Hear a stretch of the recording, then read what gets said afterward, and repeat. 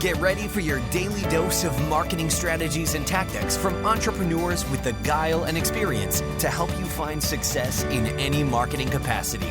You're listening to Marketing School with your instructors, Neil Patel and Eric Su. Welcome to another episode of Marketing School. I'm Eric Su. And I'm Neil Patel.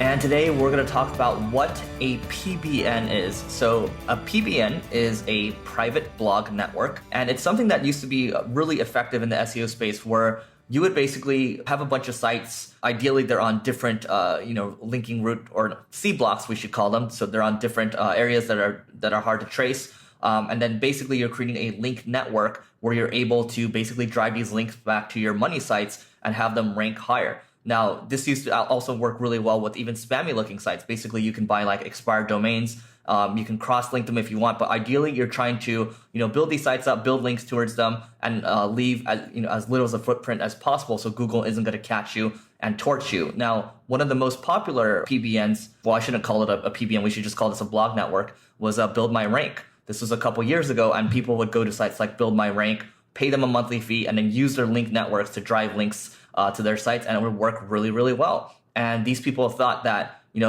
these blog networks wouldn't leave much of a footprint, but Google still caught on to them and torched a lot of them. So the question is, do PBNs still work today?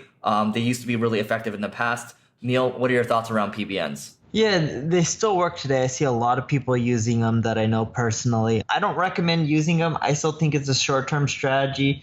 You're risking yourself being caught. If you're a new entrepreneur and you're just trying to scrape by and you want a quick buck, sure, you want to give it a shot, go for it. But long-term, I don't think it's a good viable solution. I hate paying reoccurring fees. I don't like the concept of buying links.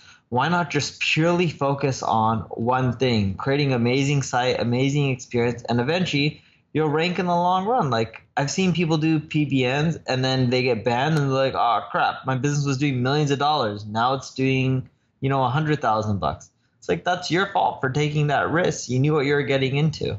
Yep. When you have people's, when you have families, their families are relying on you, and then you're driving millions of visits, you're doing a lot of revenue. It's not worth it to invest in something like a PBN. It definitely still works.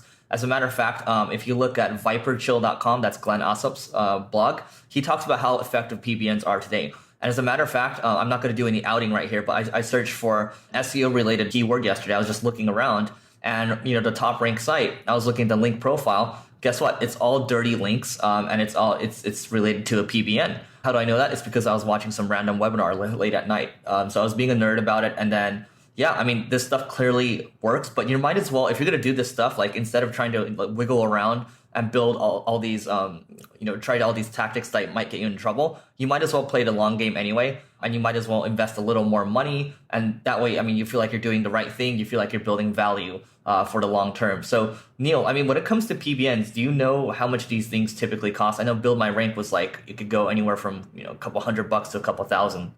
Yeah, so typically PBNs are going to end up running you in a few $1,000s to maintain per month. Some people say they can do it way cheaper, but then your PBN is not that big. So you're looking at a few $1,000s to have an effective PBN with at least like a solid, maybe 100 plus domain names. And then you got to make sure you're maintaining them, etc. It's just so much work. Why wouldn't you purely just want to focus that time and energy on your own property and build up your own domain, your own authority, your own content, etc.? Like, I don't understand why people would want to take hundreds and hundreds of hours each and every single year to managing domain names that are only providing a link to you when you could just email out other site owners, use, let's say, like Brian Dean's skyscraper technique and try to convince them for a link. It's much more efficient and it's way cheaper in the long run. And if you're going to try to do something like a PBN, you might as well do like a BN, so a blog network, right? Like a real blog network where you have multiple sites that add value. When I think of networks of sites, I look at sitepoint.com. They have a multitude of sites. When you look at the network of, I think ThemeForest as well, they have a network of sites too.